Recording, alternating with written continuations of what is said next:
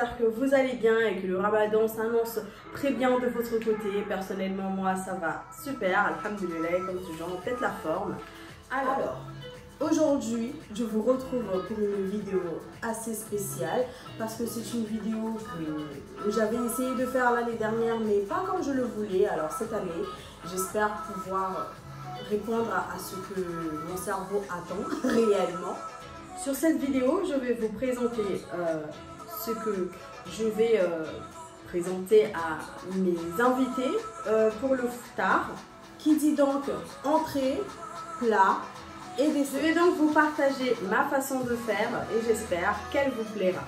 Pour l'entrée, je vais vous partager des roulés de saumon, également de blanc de poulet, parce que parmi mes invités, il y a des personnes qui ne mangent pas de fruits de mer, donc je m'adapte et je vais vous partager comment je fais, sachant que c'est pas quelque chose de ouf, hein. Je pense qu'on l'a tous vu passer parmi les vidéos de cuisine sur les réseaux sociaux. Ensuite au repas, donc je vais revisiter. Personnellement, moi je ne l'ai jamais vu quelque part, moi je fais que ajouter selon mes envies.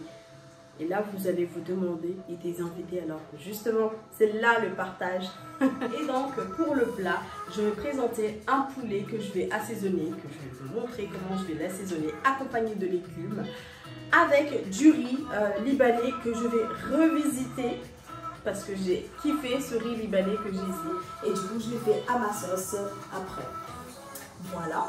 Et pour le dessert, qui devine, on est parti un peu partout. Libanais, ensuite pour le poulet, bah, ça va être à ma sauce.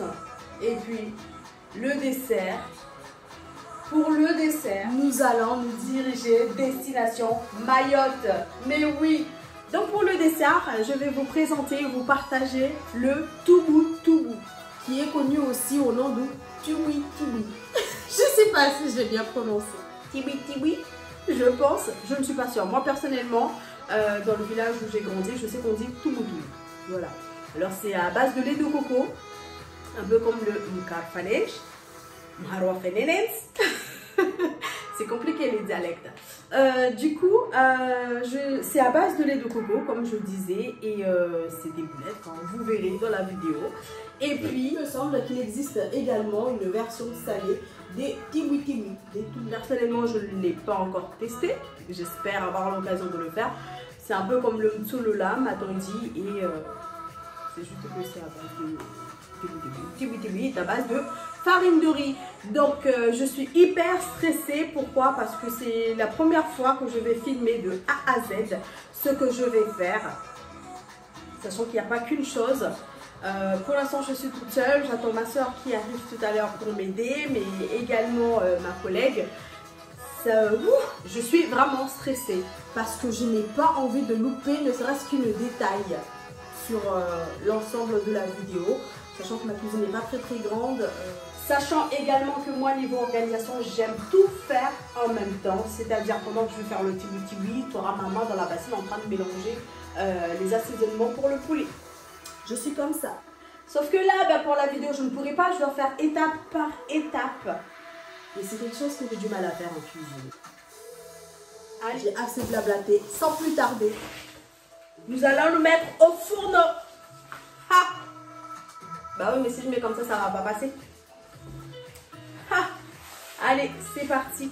C'est dommage que je ne puisse pas filmer toute ma tête, tout mon corps, pour qu'on voit bien mon bourbourg. Bref, c'est pas grave. Alors, il faut savoir que je vais donner l'heure presque tout le temps, juste pour me rassurer moi en termes d'organisation, mais aussi vous montrer comment moi ma journée pourrait prendre en fait. Alors là, actuellement, il est... J'ai un rappel qui s'est affiché, donc je ne vois pas. Il est quelle heure? Quelle heure est-il? Il est précisément midi 3. Donc midi 3, je suis vraiment en retard. Pourquoi je dis que je suis vraiment en retard? Tout simplement parce que moi, l'assaisonnement de la viande, du poulet, peu importe, mais la viande, pour moi, l'assaisonnement doit prendre minimum une demi-journée. Généralement, je le fais le soir, mais hier, j'étais tellement claquée après le boulot que je me suis dit, je le ferai demain. Donc là, je suis en retard. L'assaisonnement, je le fais là, midi je dirais même 13 heures, le temps de faire, filmer, toutes ces choses-là, et que les assaisonnements soient incorporés dans le poulet. Et puis, commencer à mettre au four à 17 heures, ça me paraît un peu juste. Là, mon stress, il est en train de faire ça. Il augmente de niveau encore. Allez, sans plus tarder, j'arrête de papoter et on y go. Pour nettoyer mon poulet, donc je prends du sel que je viens frotter par-dessus pour enlever les petits poils qu'il y a, qui ont été oubliés, on va dire. Et je fais ce mouvement, je répète ce mouvement partout sur le poulet. Ensuite, je le rince et je répète l'opération. Et puis, je le rince et le poulet, il est propre, il est prêt à l'emploi. Pour commencer, j'ai du persil écrasé ici que je conserve en cube, donc j'en ai 3. Là, les gros poivrons, piments, je ne sais pas trop comment on les appelle. Ensuite, des vrais poivrons de toutes les couleurs. Hein. Je vais émincer mon demi-oignon. Ensuite, je vous présente les ingrédients que je vais ajouter. Alors pour les épices, donc le sel bien évidemment, du poivre. J'ai également un épice où c'est un mélange de presque tout, spécial pour le poulet, de la moutarde, de l'ail en poudre, de l'ail en purée. Pourquoi j'ai fait ça? Je ne sais pas. Les 2 gros piments, j'ai mis du curcuma également, de la purée de tomates, l'origan, le maggi, ensuite le persil mixé. L'histoire existe depuis longtemps, mais que je viens de me rendre compte. J'ai l'impression que dans le poulet, ils ont incorporé de la graisse, en plus de la graisse du poulet. Et ça ne m'enchante pas du tout, je comprends pas pourquoi est-ce que c'est fait. Je vais vous montrer ça. Là, il est carrément tombé. Et tout à l'heure, quand j'ai nettoyé et lavé, vous voyez, il y avait plusieurs graisses que j'ai jamais vues sur un poulet. Ça, c'est pas une graisse de poulet. Je comprends pas, pour moi c'est de la graisse rajoutée. C'est vraiment une sorte de pâte. Pourquoi est-ce qu'ils font ça? Pourquoi? Je ne comprends pas en fait, il était là. Là, et vous voyez, il y en a encore. Et il tombe tout seul en fait. Ça n'a vraiment rien à voir avec la graisse du poulet naturel. Je comprends pas. Pourquoi on nous fait vivre ça? Regarde, je l'attrape facilement. Je fais souvent du poulet. Et je peux dire que la graisse du poulet, c'est pas du tout comme ça. Ça, c'est quoi? S'il vous plaît. J'ai rajouté mon poulet propre. Avec les tonnes de graisse qui existent en lui. Et maintenant, je vais venir mettre absolument partout les ingrédients. Oui. Oui, quoi? Okay. Maman, elle t'a appelé? Cuillère. Cuillère? Elle a quoi ta cuillère? Des cuillères, Tu manges la cuillère, quoi?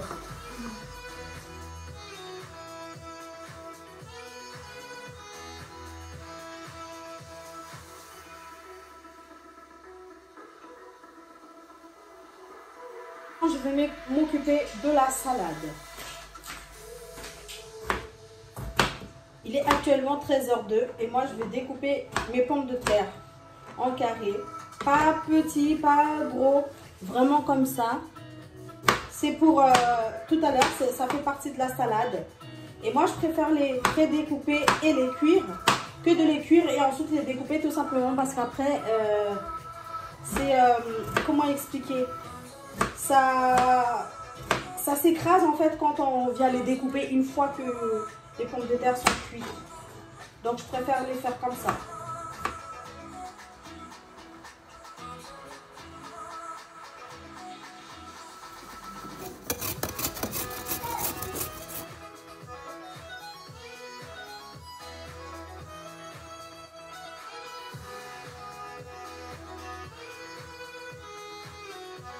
Alors, j'ai rajouté des olives, des oignons, les carottes râpées. Et ça, c'est la première couche. Ensuite, je vais répéter l'opération. On va dire que ma salade, elle est presque prête. Elle attend juste les œufs et les pommes de terre que je préparerai en fin d'après-midi. Je vais la conserver au frais. Ensuite, là, je vais attaquer la sauce. Hop, Je mets tout, même l'eau. Je sais qu'il y a des personnes qui détestent ça, mais moi je l'ajoute. C'est avec, donc pourquoi est-ce que je veux le jeter? J'ajoute 2 cuillères à soupe de mayonnaise. Moi c'est mayonnaise et moutarde de Dijon. Oups. Je mélange bien. À la limite, 1 cuillère m'aurait suffi, mais bon, je suis trop gourmande des yeux. C'est pas trop grave. Je vais ensuite ajouter un peu d'oignon, bien émincé.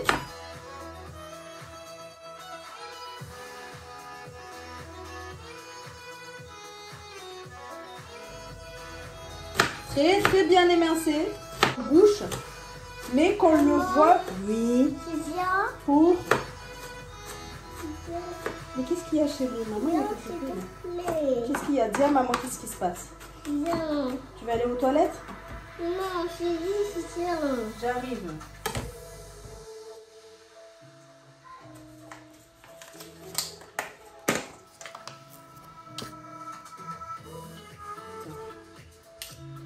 Accrochez-vous, hein, la sauce, vraiment, c'est selon moi. Je vais rajouter du jus d'olive vert. Et là-bas. Ensuite, un peu de poivre, de souplesse à ma sauce parce que sinon elle est trop concentrée et une sauce pour salade pour moi n'a pas à être aussi concentrée. Voilà. Du sel, du poivre. Une cuillère pour quoi faire?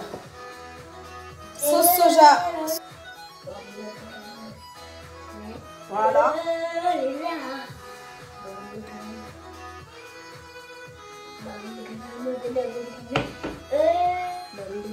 On mélange bien tout ça. Ensuite, je vais ajouter du persil, de l'ail en poudre également. Attention, pas beaucoup l'ail en poudre. Hein. Du persil ainsi que des ciboulettes.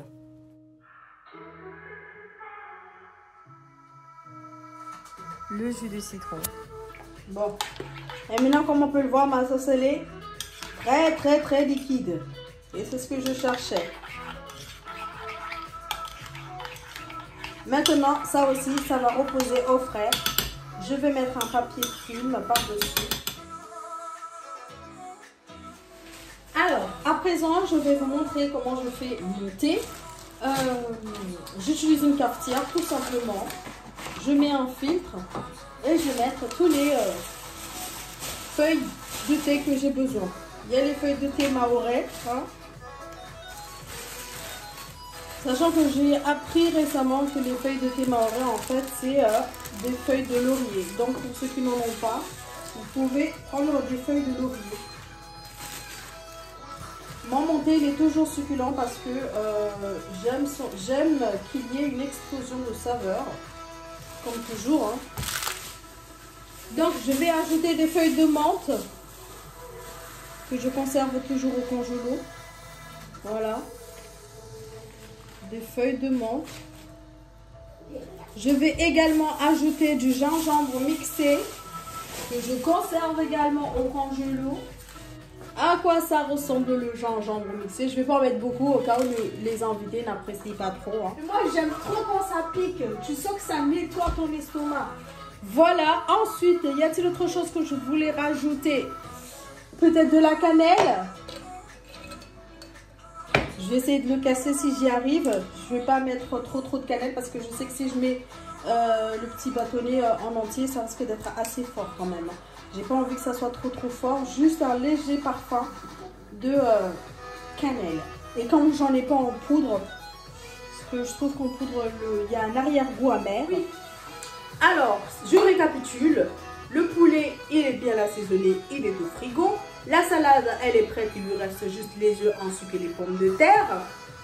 Le poulet attend également les légumes, donc carottes, pommes de terre et le poireau.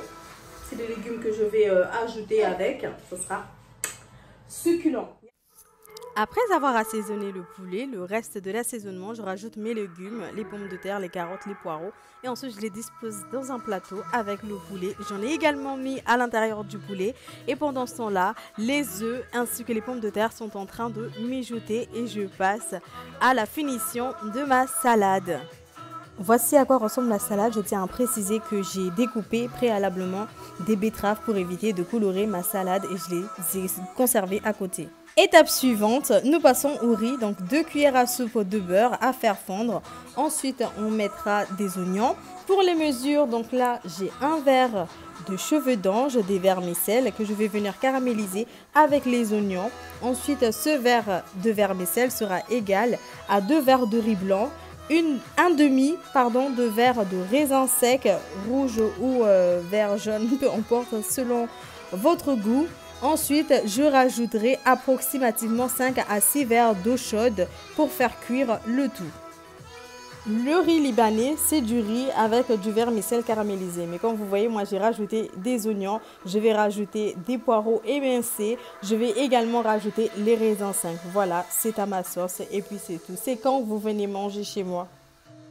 Petite précision, il ne faut pas arrêter de remuer pour éviter de caraméliser certains cheveux d'ange et d'autres moins. Donc une fois que tout est bien coloré, bien marron, on rajoute les 2 verres de riz, on mélange le tout, histoire de essayer de caraméliser le riz.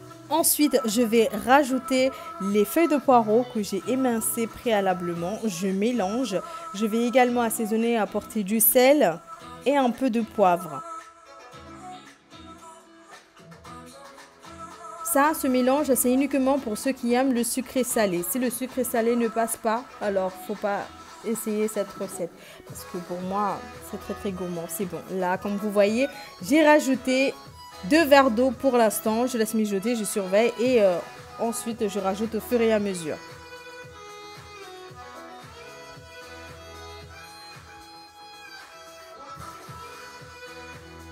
Vous voyez à quel point c'est dynamique pendant que le riz est au feu. Et ben j'attaque le dessert, la farine de manioc. Pour 250 g de farine de manioc, je rajoute un demi-verre d'eau pour pouvoir former une pâte et bien sûr former mes boules. Il faut tester avant et si ça ne suffit pas, vous rajoutez de l'eau ou de la farine. Donc là, je forme mes boules. Ensuite, une fois que tout est formé, en même temps, bien sûr, je fais bouillir de l'eau dans une casserole et je vais venir y déposer mes boulettes. Et une fois qu'ils remontent à la surface, ça veut dire qu'ils sont prêts. Et à ce moment-là, je vais les conserver à côté et je reprends une autre marmite pour mettre du lait de coco, de la cannelle,